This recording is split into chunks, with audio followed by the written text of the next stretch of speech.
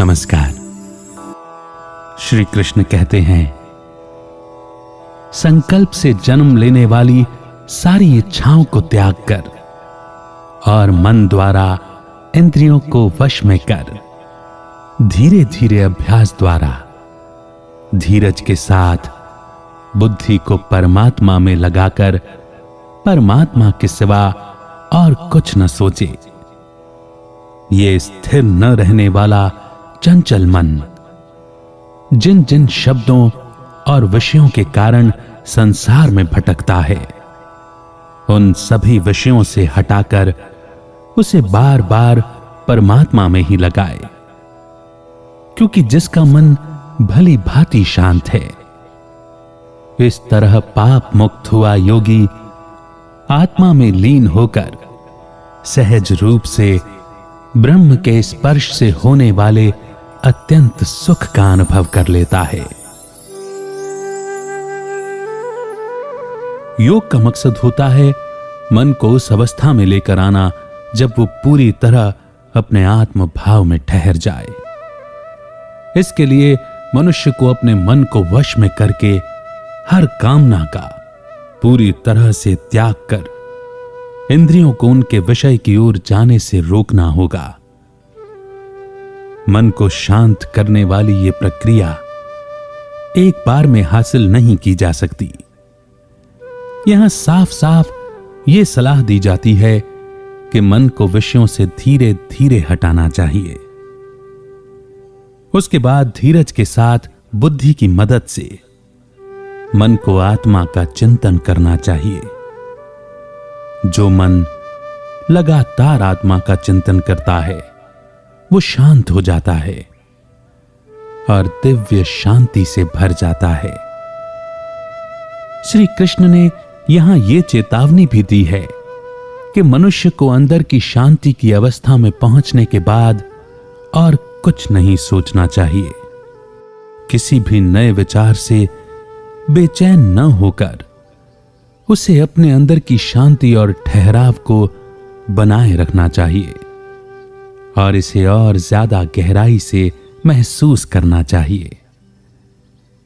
मन का स्वभाव होता है कि वो अस्थिर और अशांत होता है और एक जगह से दूसरी जगह भागता रहता है। इसीलिए एक योगी को अपना मन उस आत्म तत्व में टिकाए रखने में दिक्कत होती है।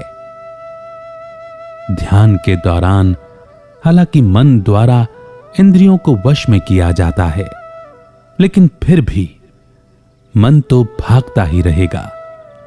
इसके कई कारण हो सकते हैं, जैसे बीते हुए कल की यादें, किसी चीज या किसी मनुष्य से लगाव, किसी चीज या किसी इंसान के लिए खिंचाव महसूस होना आदि। श्री कृष्ण कहते हैं कि मन की बेचैनी का चाहे जो भी कारण हो, मनुष्य को उम्मीद नहीं खोनी चाहिए।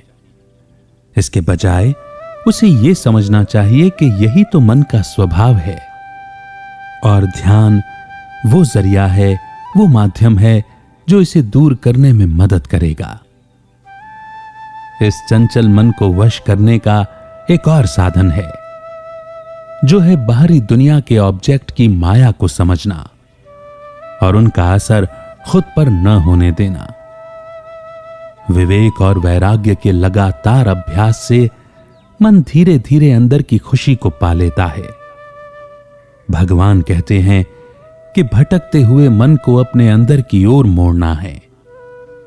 जैसे ही मनुष्य अपनी इच्छा शक्ति से यानी विल पावर से इसे अंदर की ओर मोड़ेगा तो ये फिर बाहर की ओर दौड़ेगा, क्योंकि मन में लगातार विचार आते जाते रहते हैं, जिसके कारण वो कभी स्थिर नहीं हो सकता। इसीलिए ध्यान करते समय जब मन को दुनिया के ऑब्जेक्ट से हटा लिया जाता है तो उसे व्यस्त रखने के लिए किसी चीज में लगाना बेहद जरूरी होता है और मनुष्य को इसे अपने अंदर बसी आत्मा में लगाना है या अपने आत्म भाव में ठहरना है। ध्यान के दौरान जब मन बाहरी दुनिया से हट जाता है और आत्मा पर टिक जाता है तो वो शांत हो जाता है और उसमें विचारों का आना जाना भी बंद हो जाता है। जहां विचार ही खत्म हो जाते हैं वहां मन भी नहीं रह जाता। जहां मन के विचार खत्म हो जाते हैं वहां मनुष्य आत्मा की अनंत प्रकृति का अनुभव करता है और उसकी सभी मानसिक बेचैनी और हलचल खत्म हो जाती है, जिसके बाद वो परम आनंद को महसूस करता है। उसके अहंकार को पता चल जाता है कि वो कोई और नहीं बल्कि आत्मा है और इसीलिए इस स्तर पर कोई भेदभाव नहीं रह जाता, यानी समानता आ जाती है।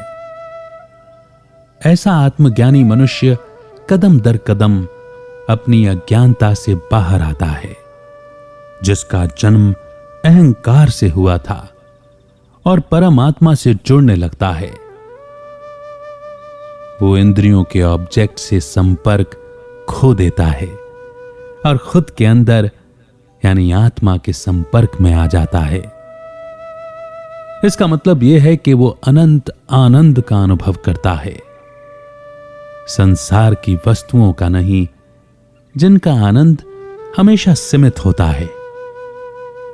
ऐसा मनुष्य शरीर में रहते हुए भी मुक्त होकर जीवन मुक्त हो जाता है, क्योंकि योग चित्त में पड़े सारे इंप्रेशन, वासनाओं, विकारों को ज्ञान की अग्नि से जला देता है या मिटाने लगता है।